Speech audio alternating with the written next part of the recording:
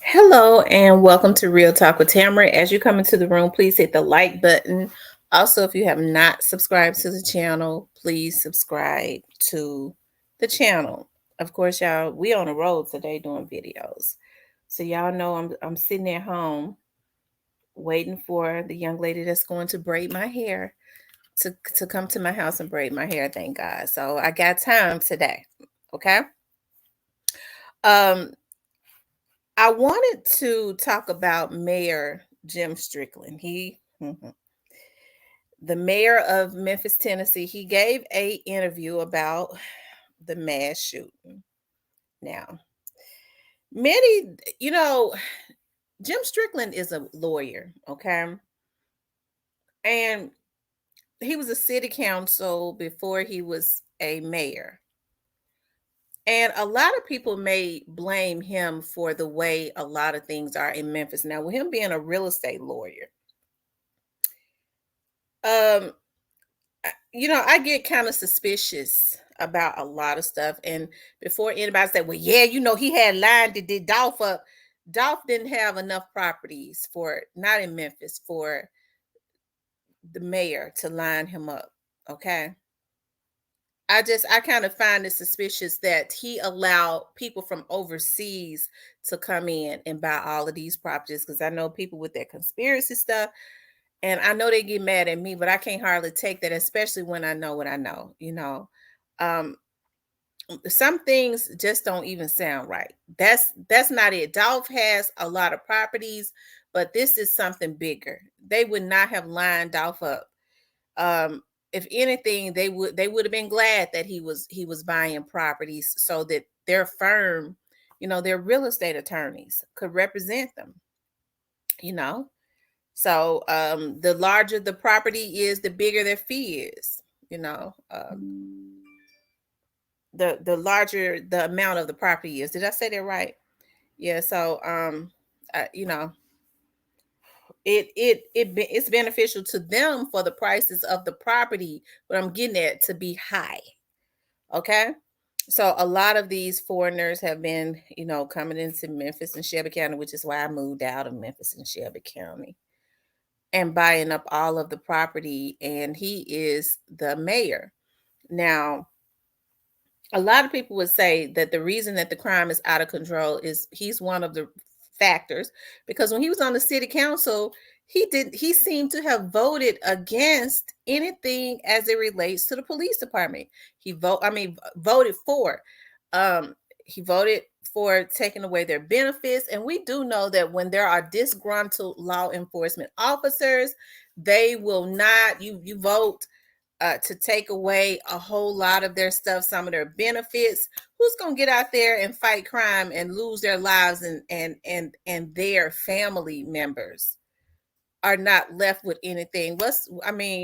One of the reasons people like getting city and county jobs, that when they say I got me a good government job, is because of the benefits. And he was one of those ones, okay, that would vote to strip a lot of the city workers, because he was on the city council before he became the mayor. He got this thing to rolling in the city of Memphis, because before him, that was Mayor AC Warden. We all know he was a joke, right? So a lot of people would say that he did it, although he was not as bad as Mayor AC Warden, but they stood behind him. They had to make the black man look like he was the worst that there ever was, and they did right, because he had no business being a damn cuckabug head fool. But what I wanted to do was show this interview. Okay. Um, hold on, y'all. Y'all know I'm getting better. Let's see. Share. I'm clicking on something wrong. Okay, share screen. Click. Okay. Here he is. Ciao. My parents all live in this city and use the same streets and the same establishments that everyone else has. You know, these kind of situations could have happened to anyone. The But please know that the Memphis Police Department is working very hard every day to try to keep people safe. But and let me just say this, although there is a police chief that is over the department, the mayor is actually over the Memphis Police Department because he appoints the police director. He is actually the head person over the police department, because really the police director cannot do anything if the mayor does not approve of it. The mayor appoints the police director. Okay. I think when Chief Davis came in, she wanted to have the name changed to police chief. It has never been the police chief. It was always the police deputy, the police director, and the deputy chiefs up on him. But she don't want to be called the director. They changed it. She calls herself the chief, and that's fine. I'd like folks to do is to use the sadness, to use the anger, frustration that I'm feeling. I'd ask us all to try to change the judicial system so it's more just. If this man had served his full sentence, he would be in prison this morning, and these 4 lives would still be with us. And that can't be lost in the story, and that's not going to change. Well, it has to a degree because truth in sentencing is there. But these type of incidents, like the probation kind of things happening, we're not going to get where we need to be without this public standing up and saying we're tired of it, and we're not going to accept it. And the state lawmakers and the judicial system know that we're not going to stand for it. Now, he's telling the truth on that. He's putting that in the atmosphere because he knows that Memphis and Shelby County is majority Black, and for some reason, he knows that Black people are not going to get out and vote. He's saying vote out, either demand that the lawmakers change these laws to protect us, or vote their ass out. Okay, and they can put that into the atmosphere because for some reason, when it's voting time, people don't get out and vote. So. And if you don't mind sharing, what was your message to your family last night when you found out what was going on while this was still active? My daughter was out and about, and so I calling my wife, and she was in an area where there was some violence, and I asked her to get her home as fast as she could, just like. So this is why he's giving an interview, possibly because it started to. He was all over the city. Okay, so he was in the area that all races and colors and creeds was affected. Okay, so because he never really gives interviews, he don't never speak out about nothing. All this poverty, all the poverty that's in Memphis and Shelby County, all of the crime, he never speaks out. He never gives an interview. Okay. Many families were doing. And then I texted my other family and just said, please stay at home, which is what the message was going out. And worried like any family member would be, because we've never seen, in Memphis at least, somebody do something like this. And in both these instances you refer to, both men are just, the only other description I can have is just evil. I mean, evil men doing brutally evil acts and taking lives and destroying families. It's just, there's no rational way to explain it.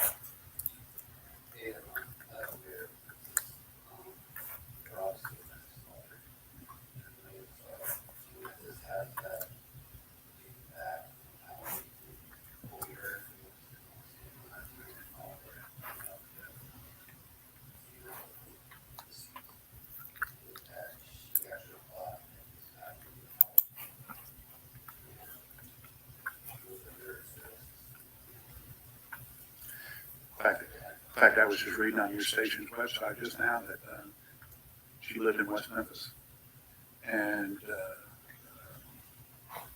seemed like such a wonderful person, and that's an example.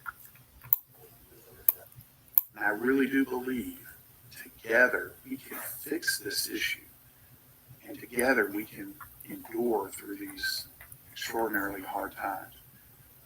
But we're going to have to come together and really voice in unison that we don't accept the judicial system as it is now, and we demand change. Well, he's telling the truth about that, and let me go. I'm through with that. Let me just say this: his term is up. He cannot run anymore. So what's this 2020? What's this 2022? Okay, so he's through in 2023. He can't run anymore uh for mayor, but the rumor is he's going to run for Congress or governor, but I think it's Congress, and that's believable because they started trying to move on up to something else. And that's why he's doing interviews, because in January there will be other people campaigning for his position, because in Memphis and Shelby County, the mayor's position is termed out now. It's termed out. You can only get 2 terms, and then you have to go on somewhere else and run for something else. But even if he don't run for nothing else, I mean, he's a lawyer. He go right on back over there to his firm. It's still open. His partners are running it, and him too. I'm sure they filthy rich because he's the mayor. He's sent much work there. The property in Memphis is through the roof. And he has not tried to do anything about it because it's not beneficial to him to try to do anything about it. He's a real estate lawyer. But I have to say, I had the opportunity. Jim Strickland was in my studio and I interviewed him, and I don't have it. He was nice. When he first walked in and he saw my dad. My dad was an elected official for many years, and he saw my dad. He went, because he had to play it off. He went, "Oh, is he gonna be on the show too?" I said, "No, I had to go ahead and make, because my dad didn't care. When it came to politics, he exposed anybody that was trying to take advantage of the Black community. Okay. Or he would call him out. He had no issues with that. I was like, nah, he's not going to be on the show. It's just gonna be you and I." And after we did the interview, and it was a really good interview. As a matter of fact, let me see if I can find it. We had to almost kick his ass out because he didn't want to leave. He was so relieved that my dad, was not on was not on there. So it was not a bad interview.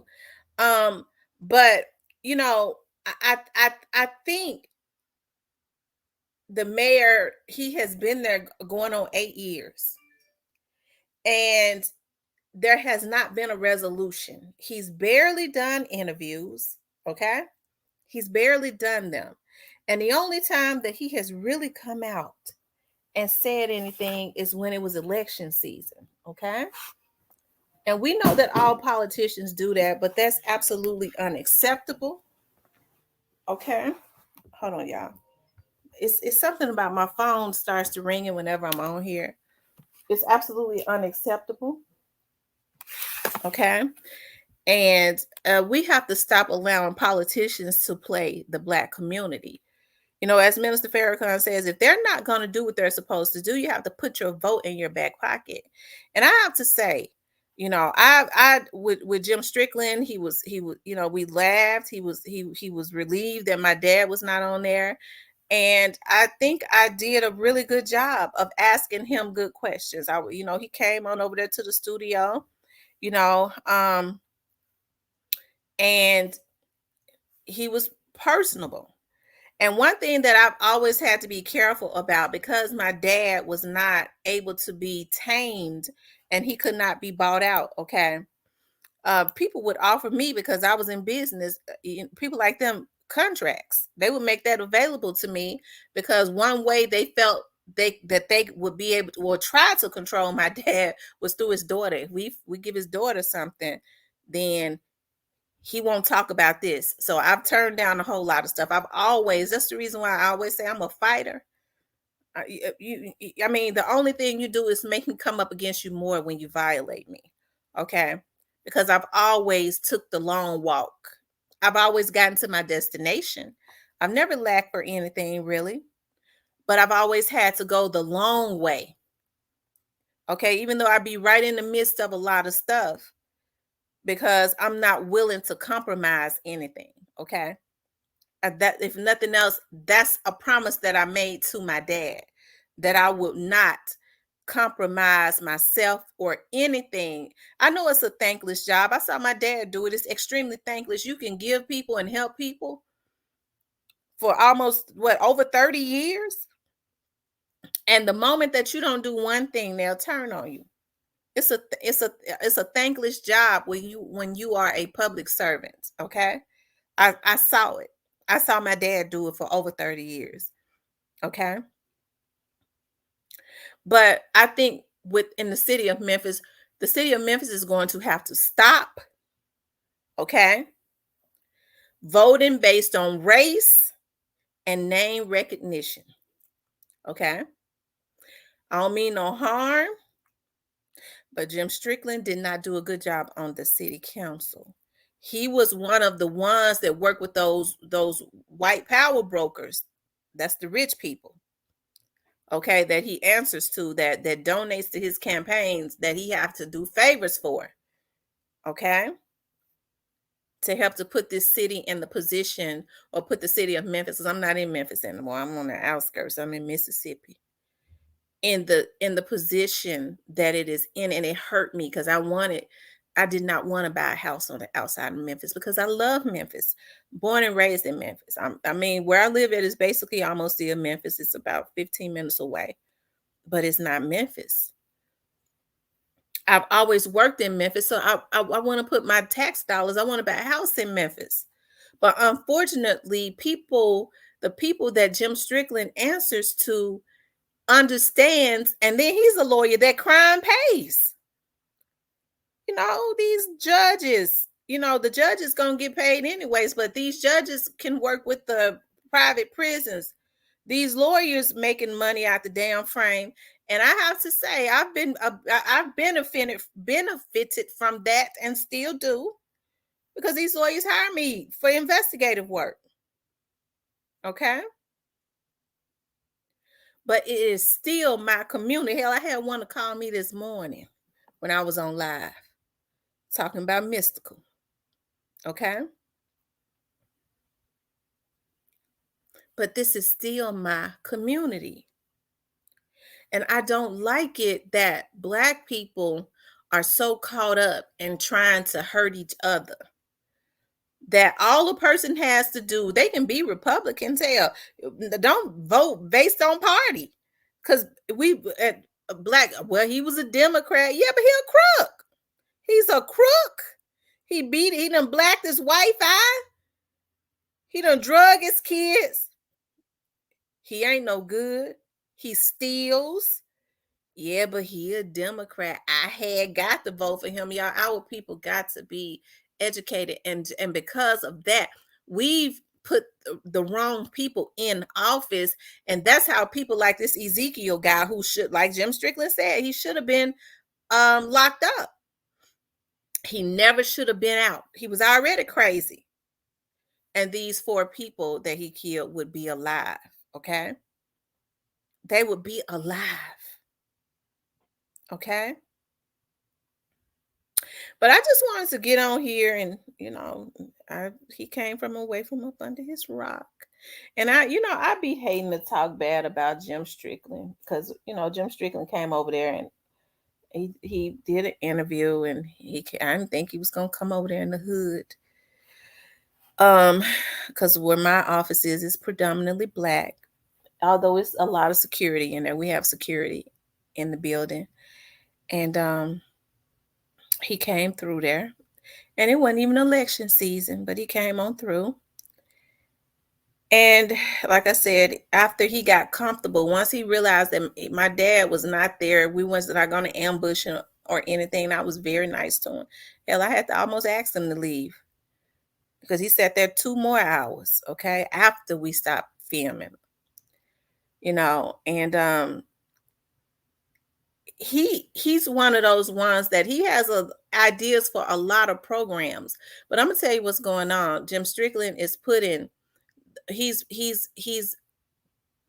putting the money in the hand of the wrong people with these programs that's supposed to be, or nonprofits that's supposed to be helping the city, because they ain't doing nothing but pocketing it.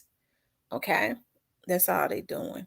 Okay, but if he wants the city to be revived, first of all, everything he did to make us lose those police officers, because I'm gonna tell you something, Memphis Police Academy is one of the best. I went through that academy when I became a traffic officer, because you have to be a P1 and they put you through school while you are a traffic officer. Okay. That's for those of you all, you ain't got, you didn't even have to go get a felony trying to dig into my background, because I'll tell you. Okay. So you didn't even have to hack. It just wasn't none of your business. Okay. But you have to be a P1, which is a traffic officer. They call them PSTs. Okay. Well, we go out and investigate traffic and write tickets and do all kinds of traffic stuff while the city of Memphis pay for your college. That's what I did. So you go through the academy for 7 weeks. When you go back after you finish your college, you get your degree, you go back through to become a P2, which is a police officer, a full police officer. Okay. All right. When I went back through to become a P2, I injured my hip. I had 5 weeks left before I was going to become a police officer. And I don't think I tell this story enough, because I had already worked for the police department before I went through the academy. I had already worked for the police department as a transcriptionist. I was pregnant. I worked as a transcriptionist. And a lot of those investigators was like, when I had the baby, why don't you go be a police officer? You working here with us and this, and that. And I worked with them for 2 years before I went through the academy. And then when I went through the academy and became a traffic officer, I was sent to a precinct. I already knew all of the officers. The ones that I knew are now sergeants, you know. So these officers now that are sergeants and lieutenants and chiefs and things of that nature, I absolutely know them. I absolutely do. Okay. A lot of these newer ones that's just coming on, that's patrolling. I don't know a whole lot about them because they're new. Okay. So when I injured my hip, I ended up getting a job as, my dad pulled some strings, and I ended up getting a job as an executive at the sheriff's office. And it was just really until my hip and stuff healed, really. Because they would have put me on the desk at the MPD. But the sheriff's office was a better opportunity. And I had every intention on going back through the next class after my hip had healed. Okay. And I was making double the money I would have made. Why would I go back to be a police officer? And I was making double what I would have made as a police officer. I just stayed on as the executive to the chief. Okay. And I declined when I was called and told that, the next class is coming up. They wanted police officers. I had a relationship with those people. Hell, of course, I would have went back through and made it. Okay, I was one of the top girls at the range. That's where a lot of the young ladies fell out at, because they can't handle those weapons. I was rolling. They finger, after shooting 1,000 rounds a day, your finger, you can't even pull the trigger back. I was one of the strong ones. I passed the range. I passed the law. We lose the rest of them in law. I passed that.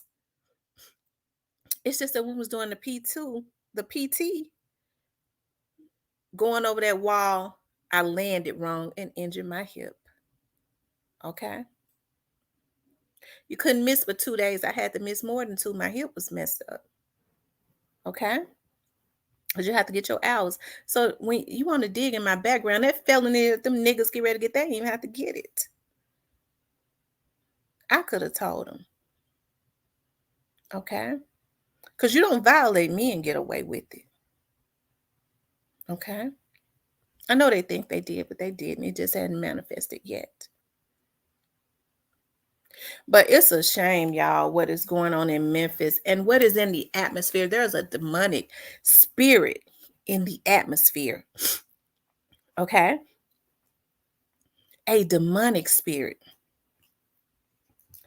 And as you know, Jim Strickland, I believe he's a nice guy. But what he has done has not been good for the city.